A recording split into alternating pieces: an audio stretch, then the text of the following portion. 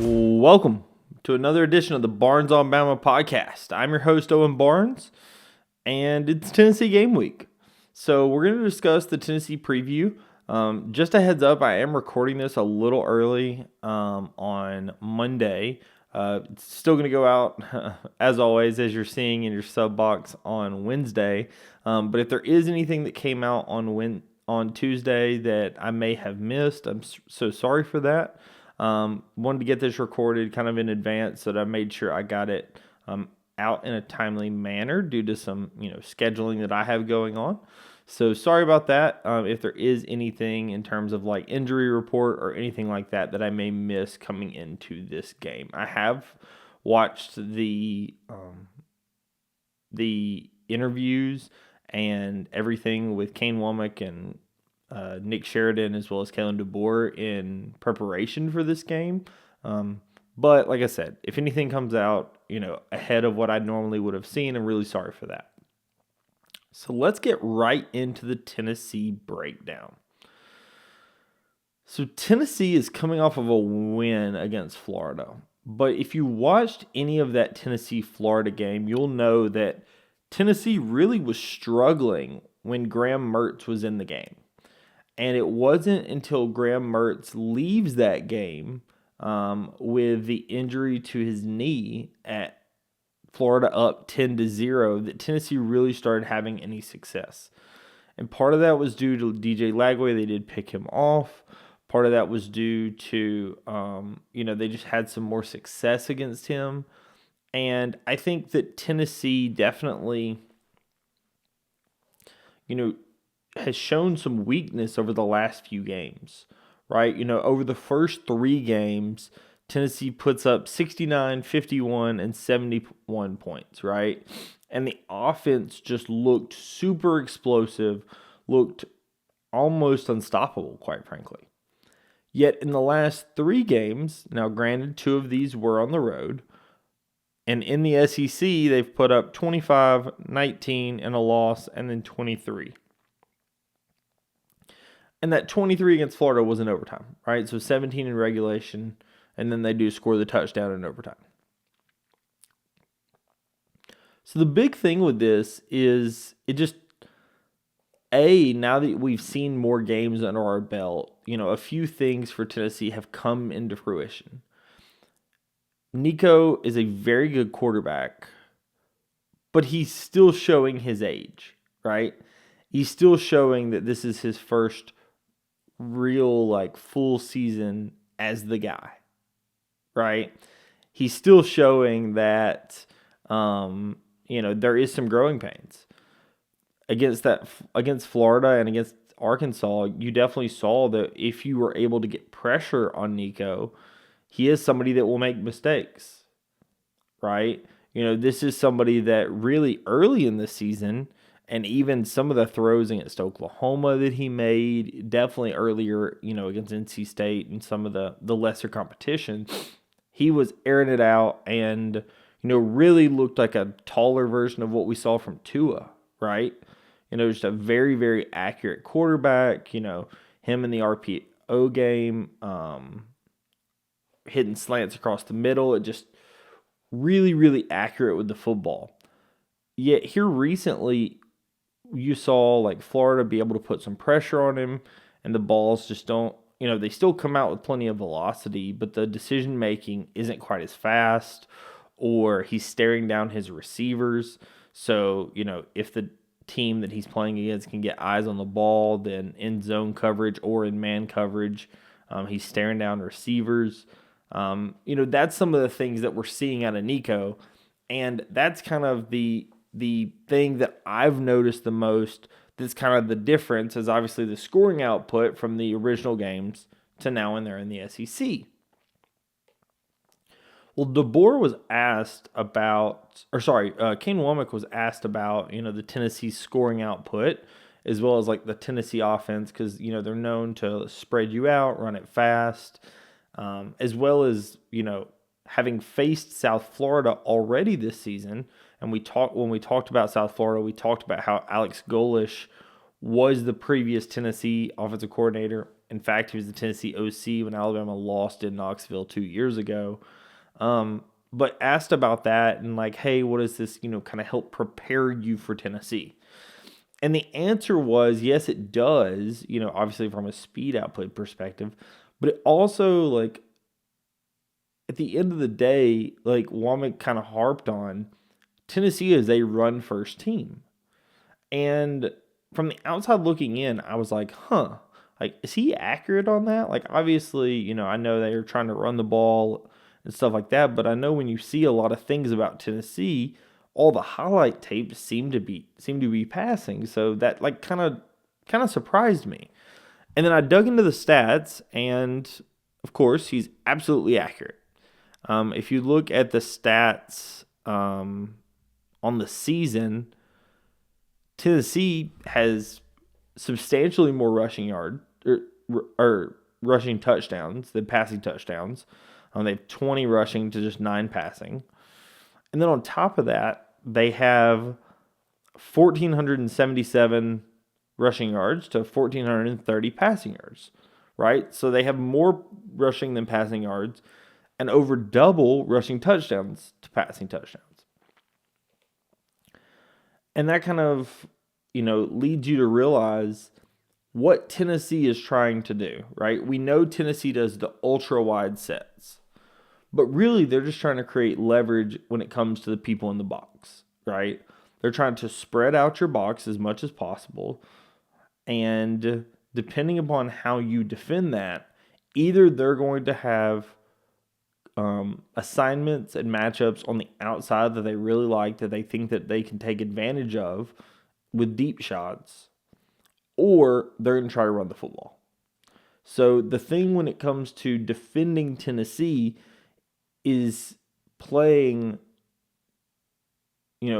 solid assignment football and defending the run so that you can keep the box in a situation that allows to be able to defend the pass as well, right?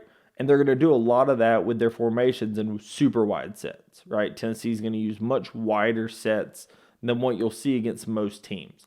Again, thankfully, Alabama has actually already played South Florida this season, who uses some of that same stuff. They use some of that speed, some of that same speed.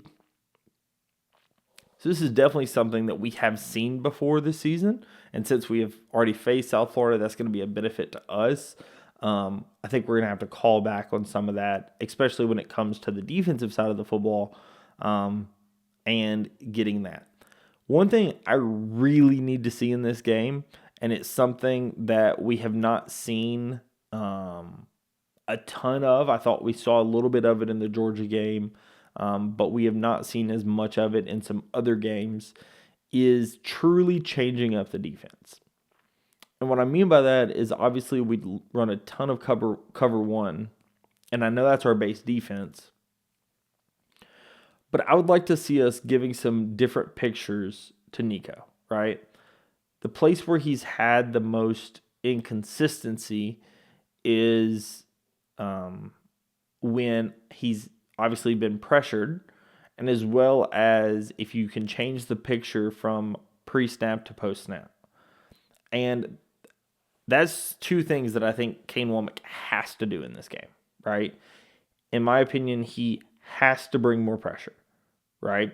That we're going to be on the road in a very hostile environment. Knoxville, I'm sure, will be rocking. And we will need to get as much pressure on Nico as possible, and that cannot just be done from a four-man rush. Not to say that our four-man rush, may not be able to cause some pressures. I know LT Overton and Quay Russaw and a couple others have had some success. But I think we need to bring some additional guys at certain points that make sense so that we can get to Nico, cause him some, discomfort. And that is what has had the most success against Nico. When he's comfortable and able to stay in the pocket and scan the field and go through progressions, he's absolutely lethal.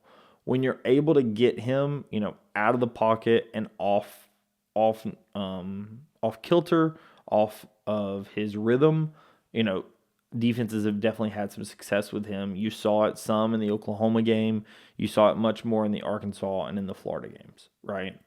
This is a situation where if you can get him off of what he's trying to do, I think that you can have some success. Shifting over to the offensive side of the football, I think that the first thing that you need to do against this Tennessee team is establish the run. And I think that the run is actually a little susceptible of this Tennessee team. I think part of that is, more prevalent kind of the later it goes in the game. And that's because the number of play or how quickly Tennessee plays on offense is sometimes at a detriment to the Tennessee defense, right? It's very well known that Tennessee's offense is going to go super fast when they're on the field. And the way to think about that is look at like some of the first Alabama games. The Western Kentucky game kind of comes to mind. Obviously, Alabama was up huge in that game. But early in that game, Alabama scores so quickly that the time of possession was getting, really out of hand. But then later on, we end up, having a couple longer possessions, and the time of possession in that game is fairly close at the end. And that's not something that's really what Tennessee does unless they get a huge lead, right? Tennessee does what they do on offense, and a lot of that is going quick, right? If we pull up the Arkansas game and the stats in that game, Arkansas led time of possession by a little over 10 minutes. The Florida game, Florida led the time of possession by just about 10 minutes, right? Both of these games in the 25-35 range. This is something that Tennessee has been susceptible to, right? This is something that teams have been able to take advantage of when it comes to Tennessee this season, is that Tennessee, again, does what they do on offense. And that is in large part causing them to have their defense on the field much longer than you would typically see, right? In the Oklahoma game, they started running the clock out as they got a lead, especially like when Oklahoma brings in their backup. Tennessee continues to run the ball a little more, run some clock. Tennessee actually wins the time of possession battle, right? However, when Tennessee is either behind or, even in most games, they're trying to use tempo on offense to get your defense out of position and take advantage of your play calling. And when they're doing that, it's causing their defense to just be a little more tired. They're on the field a little more often, right? And that is able to be taken advantage of when it comes to the run, right? In the Florida game, Florida averaged about 3.5 yards a run. And you saw some of that in the second half where Florida would be able to, really gash Tennessee. Florida was not able to, break out the huge home run, but they definitely had some success. And Tennessee was even having some struggles, tackling on the perimeter. There was one or two instances where Florida's running backs were able to kind of put the shoulder down and, take on a linebacker or a defensive back one-on-one and, break the tackle and, just have some success. So really, I think that honestly kind of, I mentioned that Tennessee is going to try to attack you by running to open up the pass. I think Alabama really kind of needs to do some of the same, right? Obviously, Alabama is a little bit more of a passing attack with Jalen Milroe. But I think in this game, Tennessee potentially is going to try to bring some pressure at Milroe. If I'm Tennessee and I watched what happened in that South Carolina game and the success that South Carolina had, typically the success they had was when Milroe was uncomfortable. Part of the way that Milroe became uncomfortable is he was getting pressured. Part of the way that you can get pressures is being ahead of the chains on the defensive side of the ball, right? So from Alabama's perspective, if we want to stay ahead of the chains, I think that we really need to rely on like Jam Miller and Justice Haynes early in this game to run the football and establish the run. Or, even if it's the quick out passing game, to like Jeremy and Kobe Prentice and Ryan, or even your running backs, right? Your pseudo run game. All of that, in my opinion, needs to be established early in this game, because I think that's where Tennessee has had a few issues. I do think that eventually you're going to have some shots. Florida had their shots, and they capitalized on a couple of them. They missed on a couple of them. You definitely saw that Graham Mertz and DJ Lagway both were able to run the ball at times where over pursuit by the defensive line or linebacking core. And DJ Lagway and Graham Mertz both are able to scramble a little bit. Obviously, neither one of those guys are as good with the ball in their hands as Jalen Milroe is. So I do suspect that Jalen's probably going to have a couple of instances to run in this game. But I would also, like I said, I would also personally love to see us try to establish the run early, because I do think that Tennessee has been a little susceptible to it, right? So on their side, like I said, it's going to be them trying to establish the run to set up the pass. And then for us, I would say it's kind of the exact same. This is going to be an absolutely ruckus environment. Obviously, this is a part of a huge doubleheader, huge college football weekend with Alabama, Tennessee, followed by Georgia, Texas. This is obviously a rivalry game, the cigar game. This is a huge game for Alabama football. And I think that when it comes to the outlook of Alabama, it was very positive early in that Georgia game. And obviously in the second half, Georgia comes back in that game. And since then, you've seen a loss to Vandy and a close game that really Alabama seemed to have some control of early, and then really faltered. And at the end, in the kind of the second quarter, and Alabama, has to eke out a win against South Carolina. And a lot of Bama fans at this point are very nervous, for good reason. And I think that for any of us that have watched Tennessee over the last few weeks and have seen that this Tennessee team, once thought to be super explosive and just the offensive juggernaut, those of us that have seen it have now seen what Tennessee, kind of some of the struggles they've had as well, and think that this is a game that we may be able to win, right?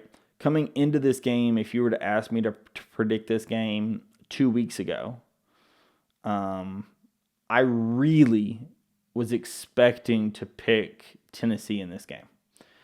And, anybody that knows me knows that I have on multiple occasions been like, that game in Knoxville scares me.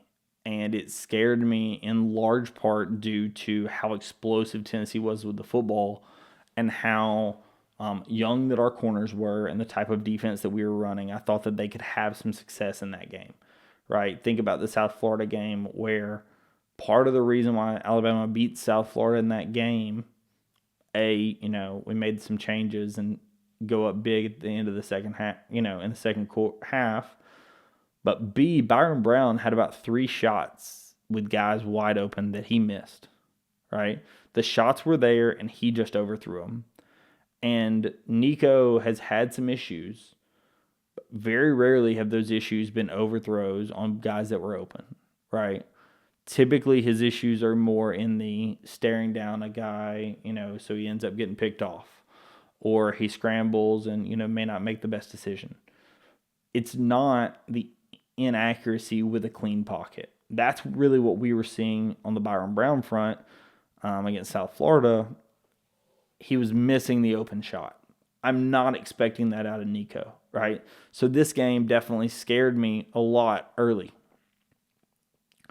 After having watched the last couple of games with Tennessee, I've seen some of the same things that I've seen with Alabama, right? The team has been far less consistent than I once thought. The team has shown definitely much more weakness in the loss at South Carolina and in this last game against Florida, and really just has shown to be a little bit different team than I once thought Tennessee was. And that's why I'm actually believe I'm going to pick Alabama to eke out this win. There's something about Kalen DeBoer in a very close game that the Vandy game, I think, was unique in the sense that Vandy, just basically played keep away, right? And that's really what you need to do against Kalen DeBoer. Because when Kalen DeBoer has any time left, it's a situation where his offense and Nick Sheridan's offense are kind of going for the ball, right? They're going for the deep shot. And, we saw it in, I believe it was the Wisconsin game. Alabama gets the ball like 40-something seconds, scores in 2 plays, right? They were never thinking, hey, let's run the ball, let's go to halftime. It was, we got plenty of time, we got timeouts, let's score, right? And I think that Tennessee's speed in which they play in this game is going to kind of play into DeBoer's hand, right? I think that it's going to kind of play into the fact that DeBoer, I think, is going to get the ball with time. And he's going to be able to, conjure up enough scores and draw up enough scores that I think Alabama wins this game. I do think it's a very close game, though. I think both of these teams are faltering. I think that there is a chance that Tennessee has some success. I don't know what it is currently about this defense for Alabama. Like I said, I could definitely see us making some changes as it comes to blitzes or as it comes to changing up the pictures a little bit. But personally, I just have not seen enough of it thus far this season. Us being the lowest blitzing team, lowest in the entire country, to me kind of scares me coming into this game. I would definitely need to see a lot more to feel comfortable in this game. I think that's where teams have had some success against Nico. And so definitely, like I said, that's something that I would definitely like to see. If I knew that was going to happen, I maybe feel a little bit more comfortable and maybe a 7 to 10 point win, but I'm thinking this is closer, 3 to 4 points in Knoxville. I'm looking at maybe a score of like 27-24, 28-24 kind of number. I think this is a little bit lower scoring of a game than potentially otherwise anticipated. Early in the season, when you see Alabama putting up some of the numbers, you know about Kalen DeBoer, you see Nico and Heupel putting up the numbers. The expectation may have been that this was going to be another shootout in Knoxville similar to 2 years ago. And I don't know that that's what we see, right? I think that both of these teams have had some struggles, and I think that may cause this to just be a lower scoring game. I don't know that it would fully shock me if this was a higher scoring game, but I definitely do think that both teams' struggles have been in similar ways, and I think that leads to a much lower scoring game. I think the key to this game is taking care of the football. Obviously, we talk about turnovers a lot, but when you see what happened with Florida throws an interception and loses a fumble. And Tennessee does the same. But really the difference in that game came down to Florida losing their starting quarterback. When Graham Mertz comes out, it just was a little bit different picture. and Lagway ended up being okay, right? But he goes 9 of 17, 5.8 yards per attempt. Graham Mertz was 11 of 15 with just over almost 8.5 yards per attempt. Right, Graham Mertz was in control of that game and was definitely having much more success in that game prior to DJ Lagway coming in. So, like I said, in my opinion, I think taking care of the football has got to be king in this game, winning that turnover battle and establishing the run. I think that also when it comes to the passing game, Alabama should have some shots. Alabama should be able to have some success. Arkansas and Taylor Green, I would not call the best passing team on the planet. And yet at Arkansas has some success in this game. You know, they averaged almost 10 yards per pass. Neither team committed any turnovers. And Arkansas, dominates time of possession, wins that game. I think that Alabama has now seen over the last 3 games how to have some success against Tennessee. Less so in the Oklahoma game, but definitely much more so in that Arkansas and Florida games, right? You've seen what works, and they've seen how Alabama may be able to do something similar to accomplish some of the same goals, right? Arkansas, doesn't run the ball a ton, but their leading rusher averages almost 8 yards a carry, right? That's enough to kind of set up some of the passing plays. And I think that that's real. Like I said, that's what I really need to see in this game. I need to also see some more decisiveness out of Jalen Milroe. I do not think that Tennessee's defensive front is as good as South Carolina's. I think that they are good, but I do not think they're as good as South Carolina's. I think that South Carolina legitimately has one of the best defensive rosters or defensive fronts in the country.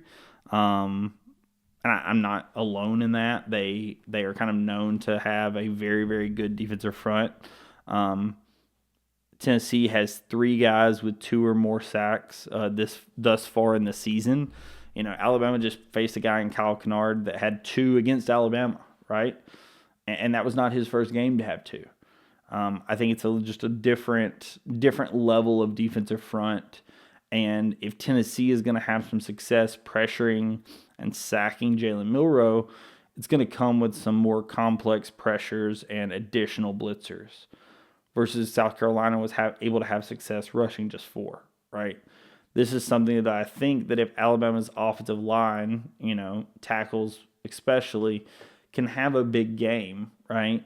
Can require Tennessee to bring pressure to get to Milroe, then Alabama can have some success, right?